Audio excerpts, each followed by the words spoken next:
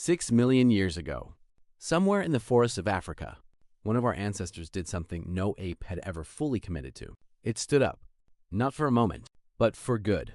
Today, walking on two legs feels completely normal, but in the animal kingdom, it's incredibly rare. Almost every large mammal on Earth walks on four legs. So why did our ancestors abandon that stability for something as awkward and risky as standing upright? This is the story of bipedalism and how a simple change in posture rewired everything about what it means to be human. The forest was disappearing. For millions of years, our ancestors lived comfortably in dense African forests, swinging and climbing through trees just like modern apes. Life in the canopy was safe. Food was close. Predators on the ground couldn't easily reach them. But around 7 to 10 million years ago, Earth's climate began to shift. Africa got drier. Forests shrank. In their place spread wide, open grasslands, the savanna. For a tree-dwelling ape, this was a crisis. The safety of the canopy was vanishing, and the ground below was no longer just a rest stop between trees. It was becoming the only option.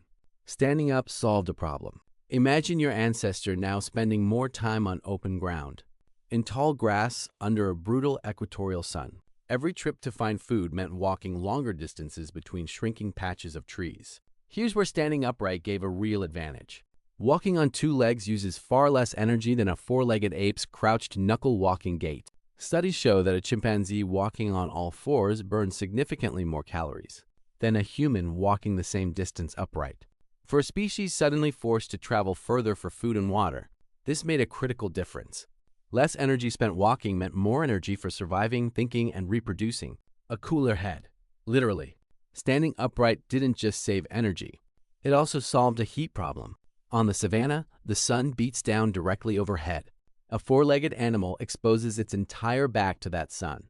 But a two-legged upright body exposes far less surface area to direct sunlight, mainly just the head and shoulders. Standing tall also lifted the body up and away from the heat radiating off the ground, and let cooling breezes reach more of the body. Some researchers believe this is why humans later evolved to lose most of their body hair and develop sweat glands. Cooling became essential once we stood up under that open sky. Free hands changed everything. Perhaps the most important consequence of walking upright, it freed the hands completely.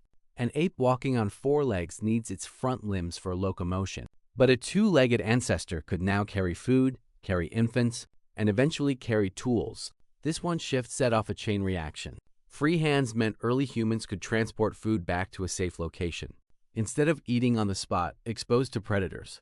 It meant mothers could carry infants while foraging, and eventually it meant hands were available to shape stone, sharpen sticks, and build the first tools, a development that would define the entire future of our species. Seeing danger first. There was another advantage hiding in plain sight: height. Standing upright raised the eyes higher above the tall savanna grass.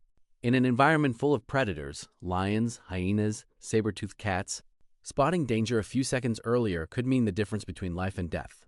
A taller vantage point meant early hominins could scan the horizon, spot threats from a distance, and react before it was too late. The fossil proof. We're not just guessing about this. Fossil evidence backs it up directly. In 1974, scientists discovered Lucy, a 3.2 million-year-old skeleton of Australopithecus afarensis in Ethiopia. Her hip and knee structure showed clear signs of upright walking, even though her brain was still small and ape-like. Even older evidence comes from Sahelanthropus chidensis, dated to nearly 7 million years old, whose skull suggests it may have already been walking upright, long before human brains began to grow larger. This tells us something remarkable. Walking came first. Big brains came later. We didn't stand up because we got smarter. We got smarter, in part because we stood up. The trade-off. Of course, bipedalism wasn't free. Standing upright reshaped the human pelvis, which made childbirth more difficult and dangerous compared to other apes. It put new strain on our spines, knees, and backs, problems that still cause pain for billions of people today. But evolution doesn't optimize for comfort. It optimizes for survival. And in the harsh, shifting world of ancient Africa, standing tall, despite the cost, gave our ancestors just enough of an edge to endure. Every step you take today, walking to work, running for a bus, simply standing in a room, carries the echo of a decision made millions of years ago by a small ape in a disappearing forest. Walking upright wasn't just a change in posture. It was the first step, quite literally, toward becoming human.